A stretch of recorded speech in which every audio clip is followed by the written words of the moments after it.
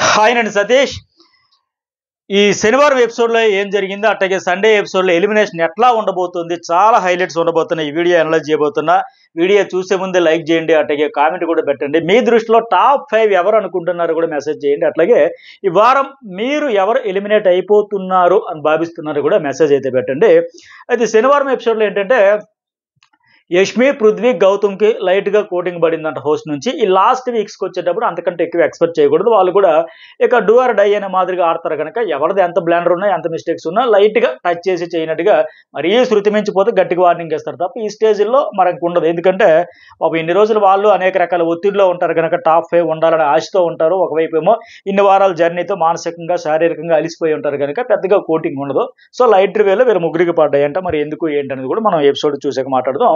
అట్లాగే ఇంకోటి ఏంటి, రోహిణిని అయితే ఫుల్గా ఆకాశానికి ఎత్తేసారు. నిన్న ఆవిడకి ఎలివేషన్ ఆ సాంగ్తోనే అంతకు మించి ఇంకేం చెప్పక్కర్లా. జనరల్గా టాప్ 5 కంటెస్టెంట్స్ అందరూ ఉండేటప్పుడు ఏబీస్ వేస్తారు కదా బిగ్ బాస్. ఆ ఏబీస్లో వేయాల్సిన కంటెంట్, ఆ ఎలివేషన్, ఆ పాట శివంగివే శివంగివే అంటూ గూస్ బంప్స్ అనిపించి ఆవిడ లైఫ్ లాంగ్ మర్చిపోయే మెమరీ కనుక వేరే లెవెల్లో ఆవిడకి కూడా ఇక్కడ హోస్ట్ అయితే అప్రిషియేట్ చేసి చూసాం.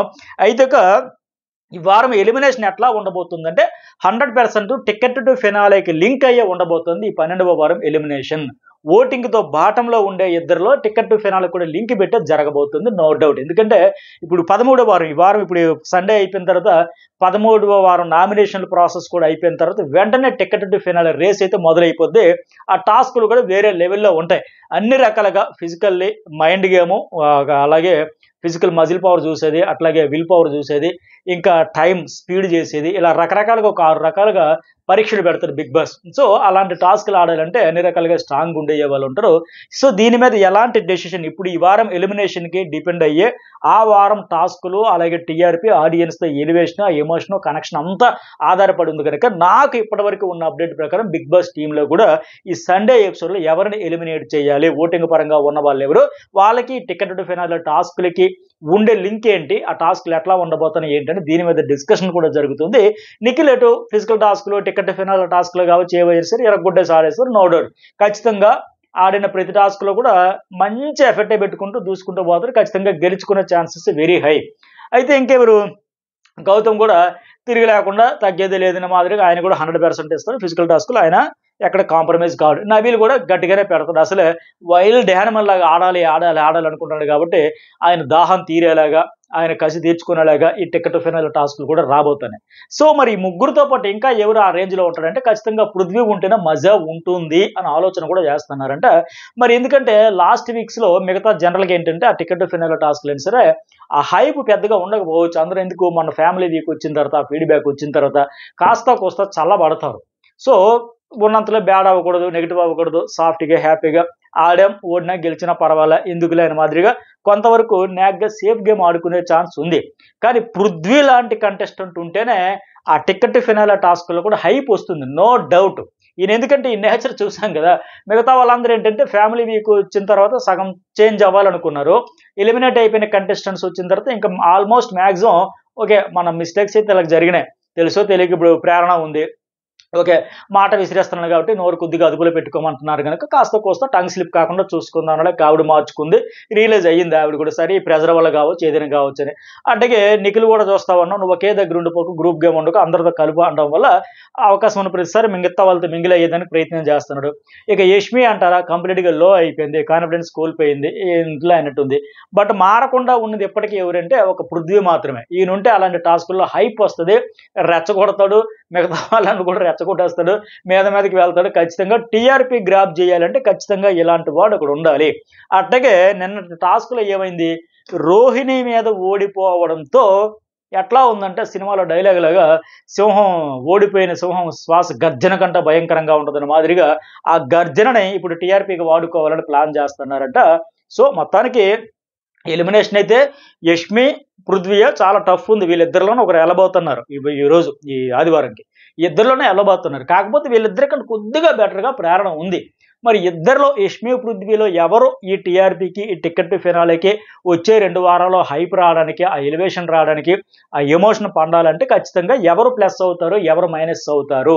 సాధారణంగా ఎప్పుడైనా సరే అంత టఫ్ కాల్ 50-50 నువ్వా నేనా అనేటప్పుడు వచ్చేటప్పుడు ఇలాంటి డెసిషన్ తీసుకుంటే ఇంత కీలకమైన దశలో ఎవరు ఉంటే ప్లస్ అవుతుంది. ఆ రకంగా చూసుకుంటాం. ఇప్పుడు యష్మి అంటే ఒకే ఫ్లోలో వెళ్ళిపోతూ ఉంటుంది. ఫేవరెటిజం చూపిస్తుంది, ఫ్లిప్పులు కొడుతుంది. ఇంకా ఆవిడ కూడా మెయిన్ ఏంటంటే కాన్ఫిడెన్స్ తగ్గిపోయింది. లో అయిపోయింది. పప్పతో మాట్లాడాలి, ప్లీజ్ ప్లీజ్ ప్లీజ్ అని ఏడుస్తా ఉంది. ఎప్పుడు చూసినా నిన్న మొన్న చూస్తే 2, 3 సందర్భాల్లో చాలా బాధపడతా ఉంది. సో ఆవిడ నుంచి పెద్దగా అంత కంటెంట్ రాకపోవచ్చు పృథ్వీతో కంపేర్ చేసుకుంటే. పృథ్వీ మాత్రం ఫీడ్‌బ్యాక్ వచ్చినా రాకపోయినా నో చేంజ్. ఆయనకు ఉంచితేనే ఆ టాస్కుల్లో ఫైట్ వస్తది. ప్లస్ నేను టాస్క్ కూడా ఆ పృథ్వీ అంత గట్టిగా ఆడి అందరి మీద ఫిజికల్ ఉండేవాళ్ళే ఉండాలి, లేకపోతే వేస్ట్ రాకూడదు, ఈ టైప్‌లో ఒక యాటిట్యూడ్‌తో ఓవర్ కాన్ఫిడెన్స్‌తో ఉండడం వల్ల అతడి మీద ఆమె రోహిణి గెలవడం వల్ల అంత హైప్ వచ్చింది. టీఆర్‌పీ మోత మోగింది. ఇప్పుడు పెద్ద డిస్కషన్ అయింది. అబ్బా! చాలా రోజులకి ఒక మంచి ఎపిసోడ్ చూసాం. మంచి ఎమోషనల్ ఎపిసోడ్ చూసాం. కిక్ వచ్చింది. భలే హైప్ వచ్చింది. భలే మజా వచ్చింది. భలే ఎంజాయ్ చేసాం. చరిత్రలో నిలిచిపోయే ఎపిసోడ్, ఆ గెలుపు, ఆ విజయం ఇవన్నీ కూడా వచ్చింది. అట్లాగే నాకు నిన్న ఒకరు మెసేజ్ కూడా పెట్టారు. సార్ నిజంగా ఆయనకేమనిపించిందంటే వాళ్ళకి మెసేజ్ పెట్టిన వాళ్ళు, ఈ సీజన్ 8లో 3 హైలైట్స్ అనిపించాయండి. ఒకటి వైల్డ్ కార్డ్‌లో ఎంట్రీ ఇచ్చినప్పుడు ఒక హైప్ వచ్చింది. అట్లాగే మొన్న ఎలిమినేట్ అయిపోయిన కంటెస్టెంట్స్ అందరూ వచ్చి నామినేషన్ చేశారు చూడండి తెలుగులో ఫస్ట్ టైమ్. అప్పుడు ఒకసారి బాగా హైప్ వచ్చింది, ఎలివేషన్ వచ్చింది. నిజంగా ఆ సోనియా రావడం, ఆ వైబ్ ఇవ్వడం, ఆ సీత రావడం, నయనిక రావడం, ఇట్లా అందరూ వచ్చి వేయడం చెప్పడం వల్ల అసలు ఏం జరుగుతుందో ఎవరు మొహమాటం లేకుండా కుండ బద్దలు కొట్టినట్టు చెప్పారు. శేఖర భాష సైతం చెప్పేశాడు. ఇంకా మీకు అర్థం కావట్లే బయట ఎట్లా పోతుంది అని కూడా అంత క్లారిటీ చెప్పారు. అదొక ఎలివేషన్ వచ్చింది. అలాగే నిన్నటి టాస్క్తో రోహిణి టాస్క్ ఆమె గెలవడంతో ఈ హైప్ వచ్చింది. సో అట్లాంటి హైప్ రావాలన్నా మళ్ళీ మళ్ళీ బిగ్ బాస్ చూడాలి, నిలిచిపోయే టాస్కులు రావాలంటే ఖచ్చితంగా టికెట్ తినాలి.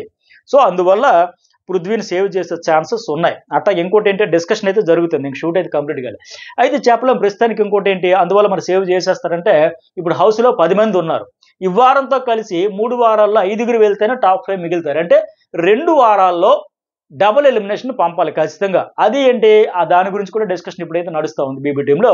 మరి 14వ వారం పంపాలంటే వీకెండ్లో పంపాలి, లేదా మిడ్ వీక్ ఎలిమినేషన్ అని ఏదో ఒకటి చేయాలి. అందుకే ఇప్పుడు ఈ వీకే ఇద్దరిని పంపించిస్తే డబుల్ ఎలిమినేషన్ అంటే యష్మి, పృథ్వీ ఇద్దరు కంటెంట్ ఇచ్చే కటౌట్లే.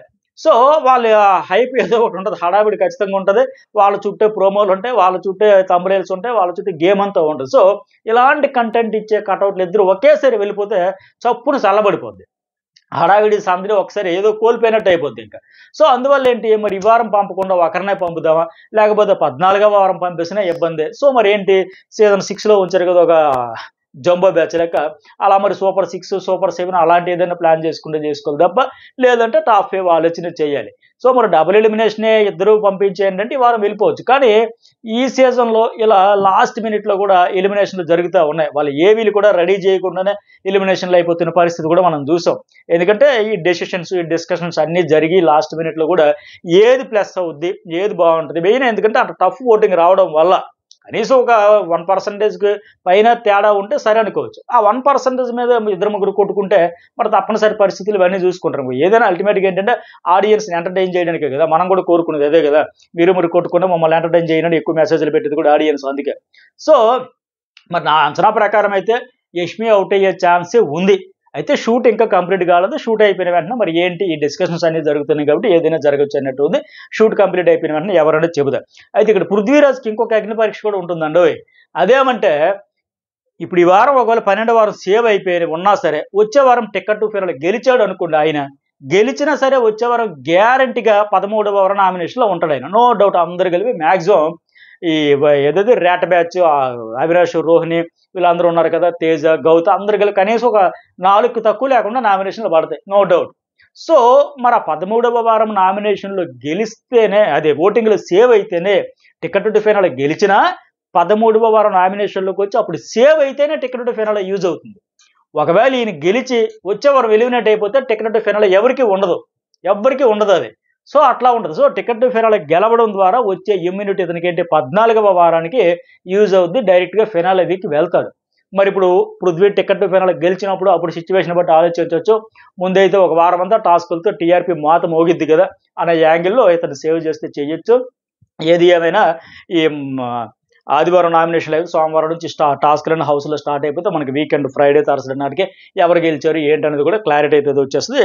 దాన్ని బట్టి గేమ్ అయితే ఉండబోతుంది. సరే ఇంక ఇప్పుడు సండే ఇంకా షూట్ అయిపోయిన వెంటనే ఎవరు ఎలిమినేషన్ అయ్యారు, ఎట్లా అయ్యింది, యష్మి ఎలిమినేషన్ ఏంటని ఫుల్ క్లారిటీతో మరొక వీడియో అప్లోడ్ చేస్తా. రీజన్స్ ఏంటి, లాజిక్స్ ఏంటి అని కూడా మరి మీకేమనిపించింది మెసేజ్ చేయండి, లైక్ చేయడం అయితే మర్చిపోకండి. అట్లాగే ఇప్పటికే జర్నలిస్ట్ సతీష్లో ఈ రోహిణి గేమ్ తర్వాత ఎట్లా నెక్స్ట్ ఆమె రికార్డులు క్రియేట్ చేసింది, అవన్నీ ఏంటి, ఎలా ఉన్నాయని టాప్ 5 కూడా మార్చేస్తే గేమ్ చేంజ్ చేసింది ఆవిడ. ఆ వీడియో అప్లోడ్ చేస్తే చాలా ఇంట్రెస్ట్గా ఉంటుంది. చూడని వాళ్ళైతే చూడండి, అలాగే లైక్ చేయడం అయితే మర్చిపోకండి. Thank you.